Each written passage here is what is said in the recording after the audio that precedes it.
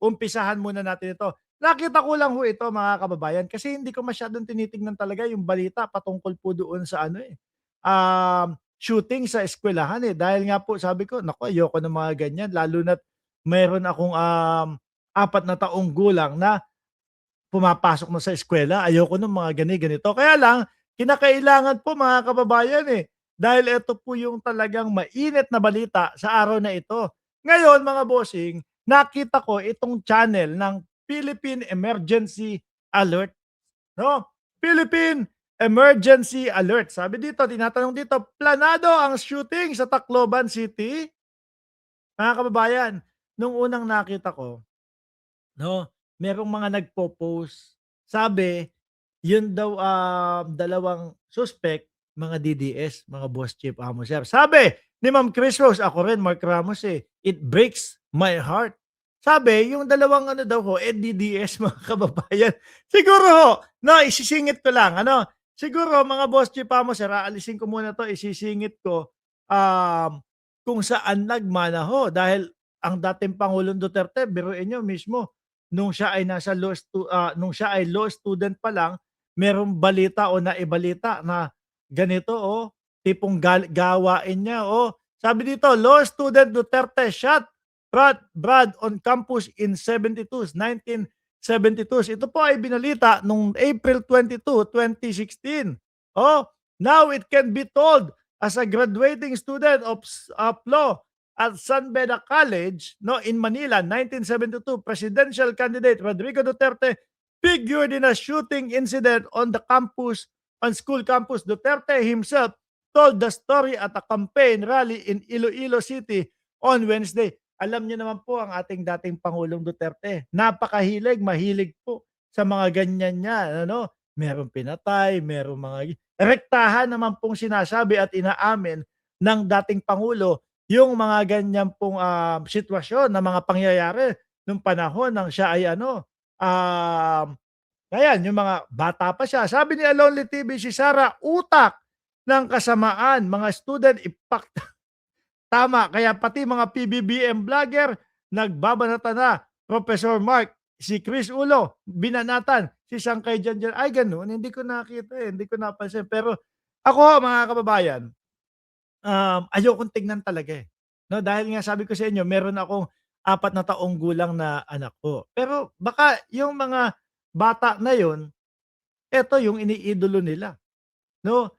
Kasi ang dating ng mga Duterte, ang dating ng mga DDS parang normal na lang. Basta may ginawa na mali o basta may ginawang, maliit na bagay, patayin, 'di ho ba? Ganyan ganyan sa kanila. Yung mga adik patayin, gano'n sila, eh. Bayolente, correct, 'no? Hindi ba puwedeng merong pangalawang pagkakataon, hindi ba puwedeng, i-rehab muna et cetera? Tingnan niyo po ang nangyari nung panahon, 'no, ng dating Pangulong Duterte sa pagkapresidente. Nung panahon po nung tukhang-tukhang nila, ano po ang nangyari? Halos karamihan po patay. 'Di ba? At ang nakakalungkot po, yung maliliit na mga kababayan natin, yung tepok. Pero yung mga totoong mga malalaking mga ano, sindikato, yung totoong mga malalaki na mga, nagkakalat na ipinagbabawal na gamot sa ating bayan, eh, sila pa po yung nakakawala. 'Di ba sabi ni Jorge Drelin, wala pang game na Roblox, Roblox na si F, nagro-Roblox na si PRRD.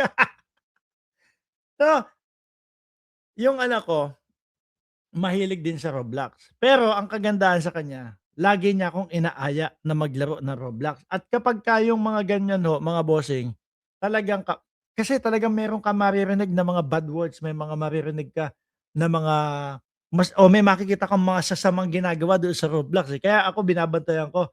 Talagang, habang naglalaro, gusto niya naman din kalaro ako. Naka-focus pa din ho ako sa kanya. 'Di ba, marami kang hindi alam. Gano'n po talaga, eh. Anyway, pumunta tayo dito sa dalawang bata na ang sinasabi ay nawala, yari, putik. Na ang sinasabi, eh, mga DDS daw po. Kasi nakita mga boss chipamo, sir, yung kanilang mga pag-uusap o yung text message nung dalawa habang para sa'kin nagpaplano itong mga ito, eh. nagpaplano nung kanilang gagawing karumal-dumal na krimen po mga bossing. Sandali, umpisahan natin dito.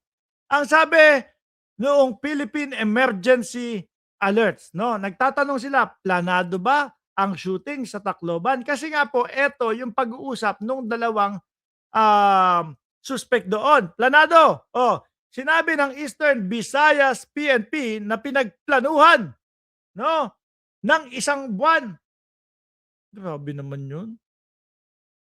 Ang naganap o nangyaring, shooting sa San Jose National High School, Tacloban City, Leyte nitong Lunes ng umaga, Hunyo 22, 2026 po. Kumalat rin sa social media ngayon ang conversation ng dalawang menor de edad na suspect na nangyari shooting sa San Jose National School sa Tacloban, Leyte. Base sa screenshot, nagplano ang mga suspect. O eto daw ho mga kababayan, yung mga screenshot. At dito, dahil nga Bisaya yung usapan meron tayong translation doon sa gilid. At i-translate na din po ng Philippine Emergency Alert.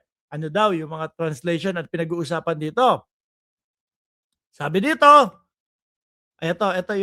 nakikita nyo naman yung text message nila, yung palitan nila. At ito yung translation po. Sabi, "Yo bro, basta handa ka lang. Nandito ako. Makikitulog kina auntie." Aba, talagang gano'n. Parang normal lang mag-usap ano, 'no? Sa kwarto baka iwan niya lang yung, baril. "Sige bro, ha, ha, ha, holy." Naku. Bro, tuloy? Aba, may tanungan pa. Kung mga ganito ho tapos isang buwan pa pinag-uusapan, talaga po yatang pinagplanuhan mga kababayan. Tuloy?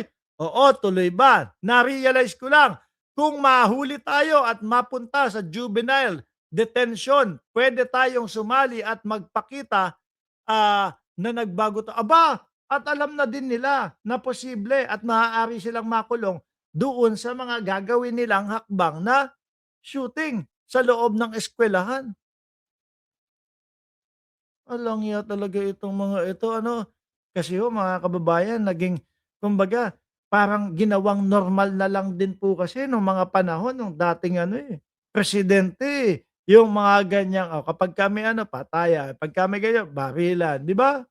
Grabe ang lupit. Kasi tayo hindi naman tayo makakaintindi ng, Bisaya 'no, kaya bumabase tayo dito sa translated, into Tagalog. Sabi dito, "Tingin ko makakasuhan tayo ng murder at illegal possession of firearms." Alam na nila yung kahihinatnan at alam na nila yung,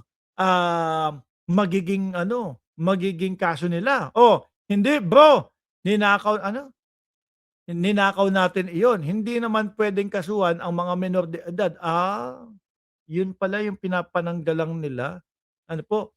Oo, bro, illegal possession pa rin iyon kasi wala tayong LTOP. Kabisado nila yung mga pati mga papeles 'di ba? Oo, puwede tayong makasuhan pero ang sabi, iba ang magiging paghawak sa kaso dahil menor de edad tayo. Aba, ano sabi dito ni Sir Jorge? "Napansin ko Prof. Mark, Sarah 'pag bumalik galing bakasyon may nangyaring kababalagan tapos bigla siyang magpapa-presscon at ano gagawin isisisi sa gobyerno ni Pangulong Bongbong Marcos." Alam na ho natin yung mga style at kilusan at galawan ng mga iyan mga bossing. Dahil simulat sa pool pa lang naman po gusto na nila na mapabagsak ang gobyerno ni Pangulong Bongbong Marcos, 'di ba? Lahat na nga lang po, kino-connect na at lahat na lang po kasalanan ni Pangulong Bongbong Marcos mga kababayan, Pansin niyo po iyon? Pati ito kasalanan ng gobyerno. Yung tipo bang, kapagka nagsalita ang ating Vice Presidente parang hindi siya kasama o hindi siya, kabilang 'no, sa gobyerno, mga kababayan. Alam pala mga bata na yun ikukulong sila, bilibid pagtanda nila. Hindi bro, mukha pa tayong juvenile. May selda tapos may paaralan, pagtuturo at iba pang programa. Kaya pala na 'no, tuloy-tuloy. Iba ang batas dito sa atin bro. Pero makakapatay din anak ng puting mga DDS 'tong mga bata na ito. Iba'y iba yung pangarap makapatay, 'no? May kasong murder tapos may baril pa tayo, illegal possession of firearms. Ang akin lang ho mga kababayan, masyado mahaba ito, nalulungkot ako. 'no? Nakakalungkot po at lalo na may mga biktima na mga musmos, merong mga, bata na na nadamay sa mga kalokohan ng mga ganito. Nakakalungkot pong isipin mga boss chief, amo, sir. Um, Ayan pa, maaari tayong palayain kapagka 18 to 21 na tayo kung talagang magbabago tayo sa loob. Hindi bro, depende kung kakasuhan tayo o hindi. Kasi 14 pa lang ako, ikaw 15 ba yun? 15 lang yung isa dun, mukhang kalabaw na yung isa dun, eh. Sabi ko nga parang ano na, malaki na yung katawan, mas malaki pa yung katawan sa'kin, mas burog-burog pa yung mukha sa akin, eh. 15 pa lang pala yun. Oh, kung ganoon makakalabas tayo 'pag 21 na tayo, ganoon lang yon basta makilahok tayo sa juvenile program. Sa tingin ko, makakasuhan tayo ng murder at illegal possession of firearms. Pero focus na lang po ako dun sa mga buhay na nawala, 'no. Isa sa dahilan po, mga kababayan, kung bakit mas gusto namin tumira dito sa Cayman Islands kaysa sa Estados Unidos or sa ibang mga lugar ho, 'no. Kasi Miami, isa sa iniisip ko, Miami, Florida, isa sa iniisip ko na lipatan. Bakit? Dahil mura, 'no, tapos yung negosyo nandito sa Cayman Islands. So, sa madaling salita ho, 50% ng aming mga, ginagastos at um, aming mga expenses mababawas ho, mga kababayan. Pero sabi ko, naku, kagaya na lang nung si XXX Tentacion sa Miami, sa eskuwelahan din ho yun, mga kababayan. Labas ng eskuwelahan din. Kaya sabi ko, okey na. 'No, gumagastos man ako ng malaki sa pag-aaral ng anak ko dito sa Cayman Islands. Malaki ho kasi kagaya niyan, kung di ako nagkakamali $22,000 na. CI, yung CI is, ang conversion po nun is $70 per dolyar. So, sa madaling salita, kindergarten kindergarten 1.5 million dito. Pero yung safety at yung kaligtasan, yung utak mo ihahatid mo sa eskuwelahan, hindi ka nag-iisip na, "Naku, mapapahamak or baka may mga mangyari." Dahil wala pong gano'n dito sa Cayman Islands so mga bossing. 'Yun, nakakalungkot lang po. Kagandahan, ang tropa ni Martin Romualdez, eh, tumungo do'n upang sa gano'n magbigay tulong at ano, kumbaga, imbestigahan din po yung mga pangyayari doon sa tungkol sa barilan ho, mga bossing.